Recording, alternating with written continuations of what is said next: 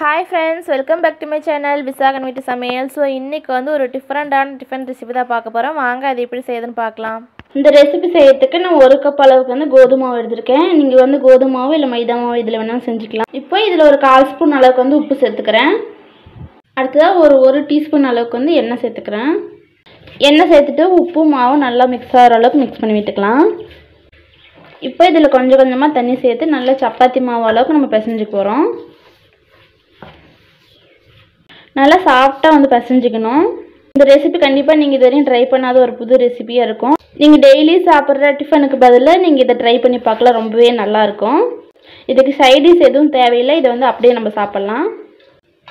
இப்போ பாருங்க இது நல்லா வந்து பிசைஞ்சாச்சு. இது மேல 1 டீஸ்பூன் அளவுக்கு வந்து எண்ணெய் சேர்த்து மேலால தடவி விட்டுட்டு இது நல்லா ஒரு 1/2 மணி நேரம் நம்ம ஊற வச்சுக்கலாம். மாவு ஊறிக்கிட்டு இருக்க டைம்ல நம்ம உள்ள வைக்கிற ஸ்டஃபிங் ரெடி பண்ணிடலாம். அதுக்கு ஒரு கடாயில நான் ஒரு 2 டேபிள் ஸ்பூன் அளவுக்கு வந்து எண்ணெய் சேர்த்துக்கிறேன். எண்ணெய் நல்லா ஹீட் ஆனதும் ஒரு 2 மீடியம் சைஸ் பெரிய வெங்காயத்தை பொடியாக கட் பண்ணி இதில் நான் சேர்த்துக்கிறேன். வெங்காயம் வந்து ரொம்ப வதங்கணும் இல்லை, லைட்டாக வந்து ஃப்ரை பண்ணால் போதும். அடுத்ததாக இதில் 1 டீஸ்பூன் அளவுக்கு வந்து இஞ்சி பூண்டு பேஸ்ட்டு சேர்த்து இது நல்லா வந்து வதக்கி விட்டுக்கலாம். இஞ்சி பூண்டோட பச்சை வாசனை போகிற அளவுக்கு இதை நம்ம ஃப்ரை பண்ணிக்கலாம். இஞ்சி பூண்டு பேஸ்ட் நல்லா ஃப்ரை ஆனதும் இதில் வந்து 2 பச்சை மிளகாயை வந்து குட்டியாக கட் பண்ணி சேர்த்துக்கிறேன். பச்சை மிளகாய் சேர்த்து நல்லா வதக்கினதும் ஒரு மீடியம் சைஸ் தக்காளி பழத்தை நான் இந்த மாதிரி குட்டியாக கட் பண்ணி சேர்த்துக்கிறேன். தக்காளி சேர்த்ததுக்கப்புறமா தக்காளி வதங்கிறதுக்கு நான் கொஞ்சமாக உப்பு சேர்த்து வதக்கிக்கிறேன். உப்பு சேர்த்து வதக்கினதுக்கப்புறமா 1 டேபிள் ஸ்பூன் அளவுக்கு வந்து மிளகாய் தூள் சேர்த்துக்கிறேன்.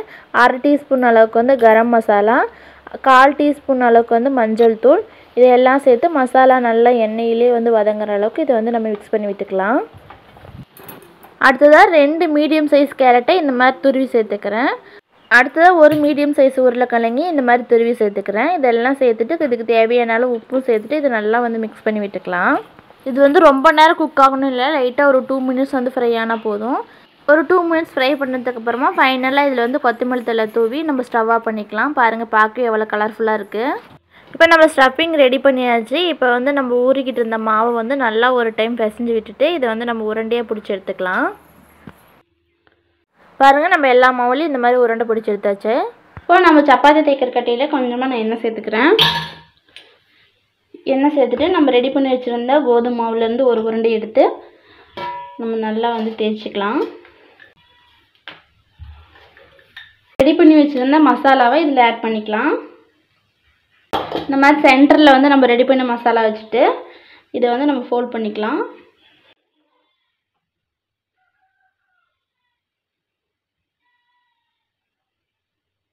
இது நல்லா வந்து இந்த ஸ்டஃபிங் வந்து வெளியில் வராத அளவுக்கு ஃபோல்ட் பண்ணிவிட்டு நம்ம கையிலே வந்து ஷேப் பண்ணிக்கலாம். ரவுண்ட் ஷேப்பும் பண்ணிக்கலாம், நீங்கள் ஸ்கொயர் ஷேப்பும் பண்ணிக்கலாம்.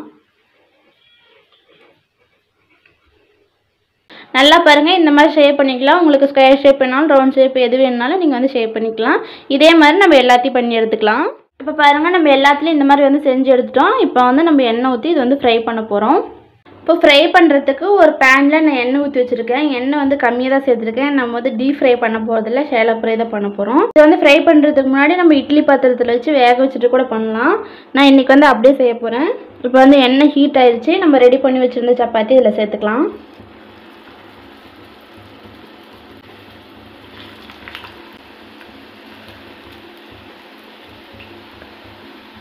வந்து ஒரு லோ ஃப்ளேமில் லிட்டை போட்டு ஒரு 2 மினிட்ஸுக்கு நம்ம வேக வச்சுக்கலாம்.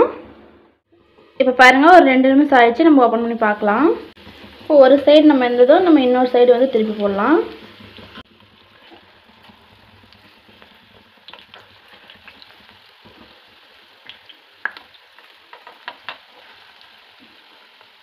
இன்னொரு சைடும் லோ ஃப்ளேமில் ஒரு 2 மினிட்ஸ் ஃப்ரை பண்ணிக்கலாம்.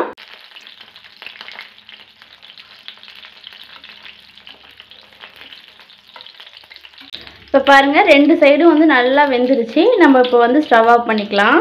பாருங்கள் கோதுமை வச்சு ஒரு சூப்பரான டிஃபன் ரெசிபி பண்ணியாச்சு. நீங்கள் ரெகுலராக பண்ணுற டிஃபனுக்கு பதிலாக இதை கண்டிப்பாக ட்ரை பண்ணி பாருங்கள். ரொம்பவே நல்லாயிருக்கும்.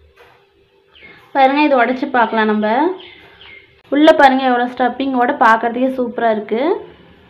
ஸோ இதே மாதிரி நீங்களும் உங்கள் வீட்டில் ட்ரை பண்ணி பார்த்து எப்படி இருக்குன்னு எனக்கு கமெண்ட்டில் சொல்லுங்கள். இந்த வீடியோ உங்களுக்கு பிடிச்சிருந்தா மறக்காம விசாகன் வீட்டு சமையல் சேனலுக்கு சப்ஸ்கிரைப் பண்ணுங்கள். தேங்க்யூ, பாய்.